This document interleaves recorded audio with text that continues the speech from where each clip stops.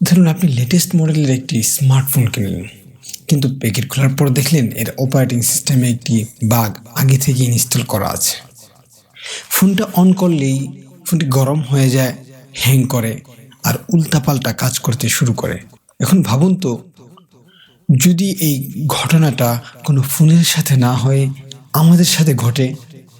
বিখ্যাত ফিলোসোফার একার্ট টোলে বলেছেন, মানব জাতির এমনই এক উত্তরাধিকার সূত্রে পাওয়া ভাইরাসে আক্রান্ত।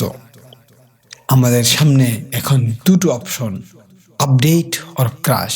হয় নিজেকে আপগ্রেড করো, নয়তো ধ্বংস হয়ে যাও। আমরা মনে করি আমাদের শত্রু বাইরে, পলিটিক্স, ইকোনমি বা অন্য কোনো দেশ, কিন্তু টুডে বলছেন মূল সমস্যাটা আমাদের হার্ডওয়্যার না, সমস্যাটা সফটওয়্যারে।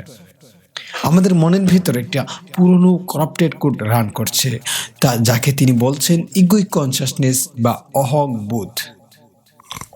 এই অনেকটা একটা গ্লিচযুক্ত ভিডিও গেমের মতো। এই ইগো বা অহং নামক বাঘ আমাদের শেখায় ভয় পাও, আরও টাকা চাও, পাওয়ার দেখাও। আর আমরা ভাবছি গেমটা আমরাই খেলছি, কিন্তু আসলে ভাইরাসটাই আমাদেরকে কন্ট্রোল করছে। এই কারণেই টেকনোলজির এত উন্নতি হওয়ার পরেও পৃথিবীতে যুদ্ধ আর অশান্তি থামছে না। আমরা অ্যাটম ভেঙে এনার্জি বানাতে পারি, কিন্তু নিজের রাগ বা হিংসাকে কন্ট্রোল করতে পারি না। কেন জানেন? কারণ আমাদের ইন্টারনাল অপারেটিং সিস্টেম ক্রাশ করছে। তাহলে ফিক্সড কি? অ্যান্টিভাইরাসটা কোথায়? টুডে বলছেন সলিউশন হলো নিজেকে এই ইগো থেকে সম্পূর্ণ আলাদা করে দেখা, অনেকটা কম্পিউটারের টাস্ক ম্যানেজার ওপেন করার মতো। যখন আপনার রাগ হবে, হিংসা হবে, সেটার সাথে মিশে যাবেন না, বরং একজন অবজারভার হিসেবে দেখুন। নিজেকে বলুন, ও আমার সিস্টেমে এখন রাগ নামক প্রোগ্রামটা রান করছে। এই যে আপনি খেয়াল করলেন, এটাই হলো আসল আপডেট। এটাই হলো সেই কনসাসনেস যা আমাদেরকে ধ্বংস থেকে বাঁচাতে পারে। কিন্তু বন্ধুরা, আসল টুইস্টটা এখানে। আজকের মডার্ন ফিলোসফি যা আবিষ্কার করছে 1400 বছর আগেই মহান আল্লাহ সুবহানাহু ওয়া তাআলা এবং তার রাসূল সাল্লাল্লাহু আলাইহি ওয়াসাল্লাম আমাদের সেই ব্লুপ্রিন্ট দিয়ে গেছেন। টুলে যাকে উন্মাদনা বা পেইন বডি বলছেন, ইসলামে নফসে আম্মারা।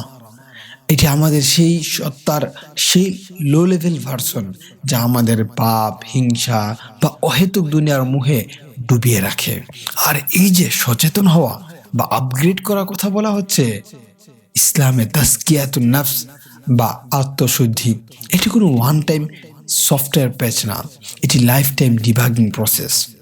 আমাদের নবীজি সাল্লাল্লাহু আলাইহি ওয়াসাল্লাম বলেছেন, সত্যিকারের মুজাহিদ বা যোদ্ধা সেই যে নিজের নফসের বিরুদ্ধে জিহাদ করে।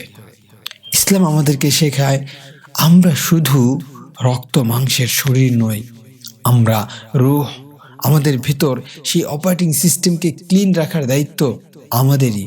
আল্লাহ পবিত্র কোরআনে সূরা আশ-শামসে পরিষ্কার বলে দিয়েছেন, قد أفلح من زكاها وقد خاب من دساها। অর্থাৎ সেই সফল কাম হয়েছে যে নিজেকে পরিশুদ্ধ করেছে, আর সেই ব্যর্থ হয়েছে যে নিজেকে কলুষিত করেছে। তাই বন্ধুরা, চয়েস আপনার।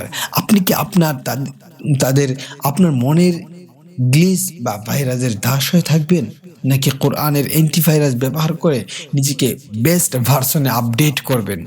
আজ থেকেই নিজের ইমোশন আর ইগোকে অবজার্ভ করা শুরু করুন। নিজেরকে নফসের গোলাম হতে দেবেন না। মনে রাখবেন, ইসলামই একমাত্র পূর্ণাঙ্গ লাইফ কোড যা আপনাকে এই মেন্টাল স্লেভারি থেকে মুক্তি দিতে পারে। ভিডিওটি ভালো লাগলে শেয়ার করে বন্ধুদের সচেতন করবেন। দেখা হবে পরের ভিডিওতে ইনশাআল্লাহ। আসসালামু আলাইকুম।